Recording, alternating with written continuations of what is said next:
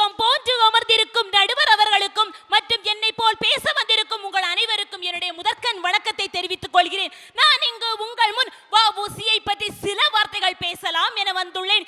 இந்திய சுதந்திர போராட்டத்தில் தலை சிறந்த ஒருவராகவும் கப்பலோட்டிய தமிழன் என்று பெருமையோடு அழைக்கப்படுபவர் வ.உ. சிதம்பரனார் ஆவார். இவரது வரலாறு தமிழ் மண்ணுக்கே பெருமை சேர்ப்பதாகவும் தமிழ் மக்களின் வீரத்தையும் திறமையையும் உலகத்திற்கு பறை சாற்றுவதாக அமைகிறது.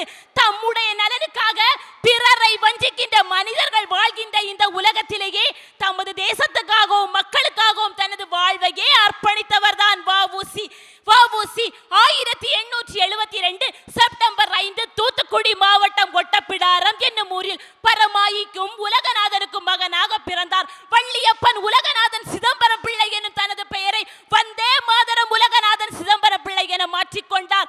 அது மட்டுமா 1905 காங்கிரஸில் தன்னை இணைத்துக் கொண்டு ஆங்கிலேயருக்கு எதிராக போராட துவங்கினார். அது மட்டுமல்லாமல் அவருடைய சிறந்த அறிவாற்றலால் ஆங்கிலேயருக்கு நெருக்கடி கொடுத்தார். இவரது வாழ்க்கை பயணம் முழுவதும் சுதந்திர போராட்டமாகவே விளங்கியது. அது மட்டுமல்லாமல் சுதேசி பிரச்சார சபை, பண்டகசாலை, வேளாண் சங்கம், நெசவு சங்கம் ஆகியவற்றை நிறுவினார். அது மட்டுமல்லாமல் ஆங்கிலேயரின் வணிகத்தை முற்றிலும் எதிர்த்தார்.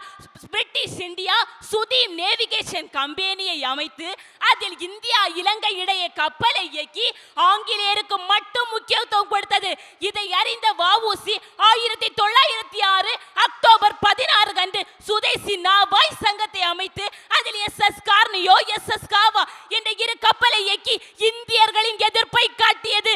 அது மட்டுமல்லாமல் உடனே ஆங்கிலேய அரசு வ.உ.சியை தேச துரோகம் குற்றம் சுமத்தி சிறையில் அடைத்தது. அப்பொழுது சிறையில் அடைத்த போது வ.உ.சி கூறுகிறார், அஞ்சாதீர்கள் மக்களே, ஹைகோர்ட்டை அடித்து தள்ளிவிட்டு வந்து விடுகிறேன் என்று கூறினார். அது மட்டுமல்லாமல் 1908 வ.உ.சி ஆங்கில அரசுக்கு எதிராக சொற்பொழிவு நடத்தியது.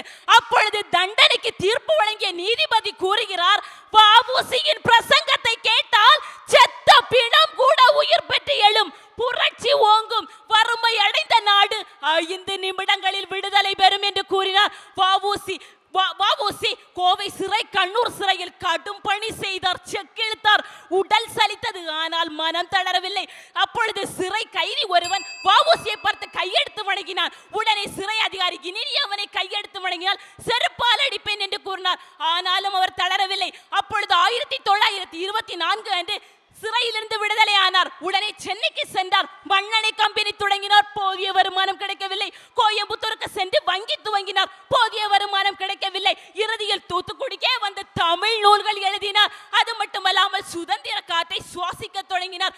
ஆயுதத்தோடு போராடி வெள்ளையனின் ஆணி வேரை அறுத்தவரே, ஒத்துழையாமை இயக்கத்தை ஓரம் கட்டியவரே, செவ்வானத்தில் தேசிய கொடி பறக்க செக்கை இழுத்தவரே, உத்தமரே, எங்கள் நல்லவரே, நாடு போற்றும் சிதம்பரம் பிள்ளையவரே.